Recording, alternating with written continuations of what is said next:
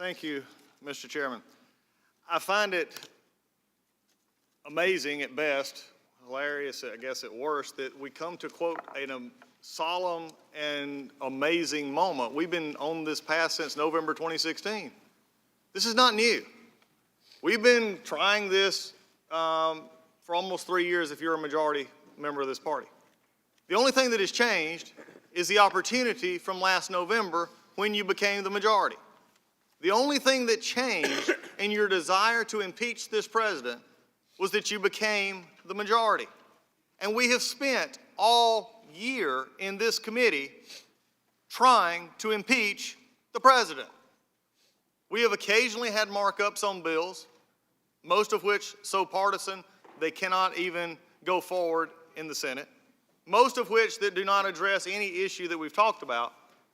But it is amazing to me that we're taking it now as such a solemn oath that we've made up something to now come to this point to say, this is very solemn, like it jumped up and snuck up on you. It's about like the holiday season. It doesn't jump up and sneak up on you when you've been expecting it the whole time. And that's what we've been doing. What has been amazing to me is some things that we have seen. So let's just take some perspective here for a little while. What has our committee, this great committee, come to? That's the question for us. Let's just take it for just a moment inside these impeachment hearings. This is our third. I'll count it into tomorrow for three. 3 hearings in this committee of impeachment, and that's all we're having. What did we get out of those 3 hearings? We had a bunch of law professors, 3 of which who cannot stand the president, who cannot stand his voters, and cannot stand the fact that he's still in office, telling us why he should be impeached, and that inferences were okay to find impeachment. We had a hearing just 2 days ago from staff lecturing us on what's relevant and not relevant, and what they found in a report, while the member that wrote the report hid in his closet somewhere, I guess, or in his office, not wanting to come face the questions of this committee. That should be abhorrent to everyone here. So let's think about what we've seen and what we've not seen. And again, Chairman Schiff is nowhere to be found. When we understand this, we look forward. Tonight it has started again. We talk about tearing down of national institutions, and we start talking about putting our security at risk, when tonight, even in the chairman's opening statement, we start with one of the most amazing takedowns I have ever seen. When they can't make their argument that the president pressured Mr. Zelensky, they then attack Mr. Zelensky and then say that he was pressured. When Mr. Zelensky on numerous occasions, he said, I have not been pressured, I'm not being used, the call was fine, I'm not being pressured to do anything. Then here's what the majority is saying. The majority is saying Mr. Zelensky is a liar, and we in this body, the Democrats, are tearing down a world leader in the eyes of those that don't like him in his own country, and Russia, who is attacking him. Think about that one for just a second. Let that sink in. When we can't make our case, we tear down, not only try to tear down the leader of the free world, President Trump, we're tearing down the newly elected leader of the Ukraine. This is amazing to me. You can't make your case against the president because nothing happened, and when President Zelensky confirms nothing happened, we start tearing him down. I never thought we would cross outside of the ocean to try and basically impugn the integrity of a world leader like we have been for the last 2 hearings. We have also found other things that we have found in our very minimal hearings here in this body is we have seen that other committees have used political vendettas against ranking members and others, including members of the press who are sitting here tonight, by putting phone records in, naming names. I mean, you talk about getting even. We put names, Mr. Nunez, Mr. Solomon, others, on those 4 numbers that we looked at. And nobody would own up to it. Mr. Goldman, Mr. Schiff, of course, wasn't here, but even Mr. Goldman wouldn't own up to who said to do that when they could have simply put in the record, Congressman 1, Congressman 2, reporter 1. No, they got what they wanted. They got their drive-by. They got their political smear. That's the record being built in Judiciary Committee, not a record of facts against this president, a record of a Democratic Party who's lost all moorings of fairness and good taste. That's what we're seeing here. And we can have all the flowery opening statements tonight we want, but they can't get away from that fact. What is the big lie that is being perpetrated here on us? The big lie is this. And one of the Democrats have told the American people, they have said this for 3 years.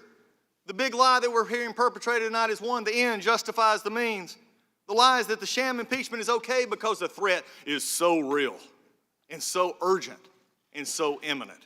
The big lie is that political expediency is honorable and justifiable, and history has shown that to be untrue and dangerous. The big lie is that Adam Schiff had gained evidence in plain sight, he said, of President Trump colluding with Russia, and Special Counsel Mueller's report debunked that lie, but it continues to spread like a cancer every time we meet.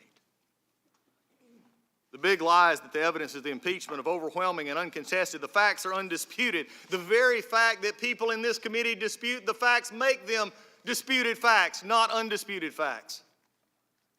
The problem that we're seeing here is when you even get to the articles themselves, abuse of power.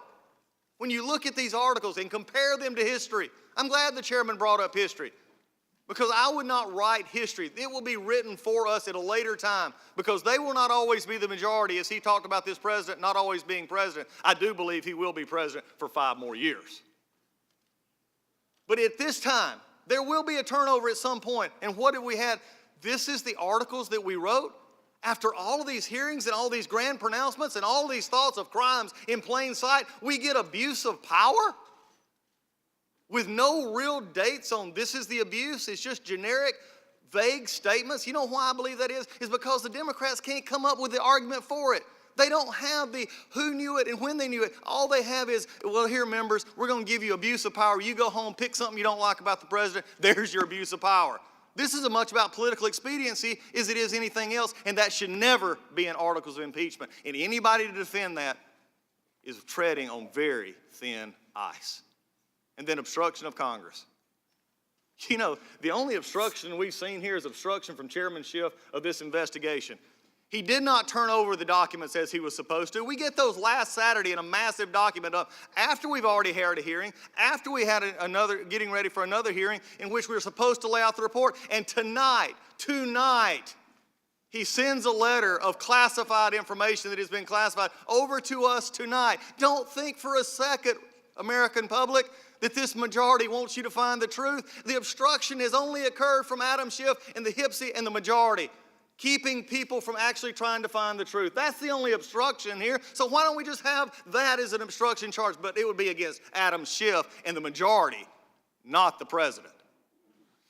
2 articles like that? Abuse of power and obstruction of Congress in 70-something days. The only abuse of power here is the majority racing the fastest they've ever had, the clock in the calendar determining what impeachment looks like. That's the abuse of power, as Professor Turley said. But before I finish, I cannot stop without this. The real legacy of this impeachment hearing will not be the removal of Donald Trump as president. In fact, if anything, they see the majority for what they are, on a 3-year vendetta to get someone that they couldn't beat, and they're desperate to do it before he beats them again next year. Here's the real damage. It's the institutional damage to this body. It's the institutional damage to getting information even after hearing started, for not having the rules followed, for having this committee, as the chairman warned us about 20 years ago when he said this great committee, the Judiciary Committee, should never accept a report from someone else without verifying it and having hearings to make sure it was there. Unless, as the chairman said, we become a rubber stamp. I don't know about you, but I'm not a rubber stamp, and I don't like what I have been forced to do. Sit here, be lectured to by law professors and a staff that does not wear a pen telling us what's relevant or not. We're a rubber stamp of the worst kind because we didn't even try to make a point. The minority hearing day, which, by the way, get ready, we'll talk about this more. We're going to talk about something tonight, and we'll get it shot down tomorrow, and Rules Committee will take care of it. But for reporters and for media and people who've watched this body and the institution that I've loved all of my life and watched it since I was an intern up here being destroyed day after day, if the minority has no rights, and one day this majority will be back in the minority, and they will be crying and screaming for minority rights to be upheld, and I will just point back to 2019 and say, this is the year you put a dagger in minority rights. Justify the most basic obligations of this committee have been overrun. So tonight we're in December. After a year of trashing this institution, a year of trying to trash this administration and this president, we come up with abuse of power and can't define it. We come up with obstruction of Congress after 72 days. I know they're desperate. You know how I know it? Adam Schiff's own words yesterday. We can't go to court. That would take too long. An election is coming. Let me finish the last part of that sentence, as he liked to put words into President Trump's mouth when he faked the call transcript. No, Adam, what you need to continue to say is, we can't beat him next year. The only thing we need is a 30-second commercial saying, we impeached him. That's the wrong reason to impeach somebody, and the American people are seeing through this. But at the end of the day, my heart breaks for a committee that has trashed this institution, and this is where we are now. With that, I yield back.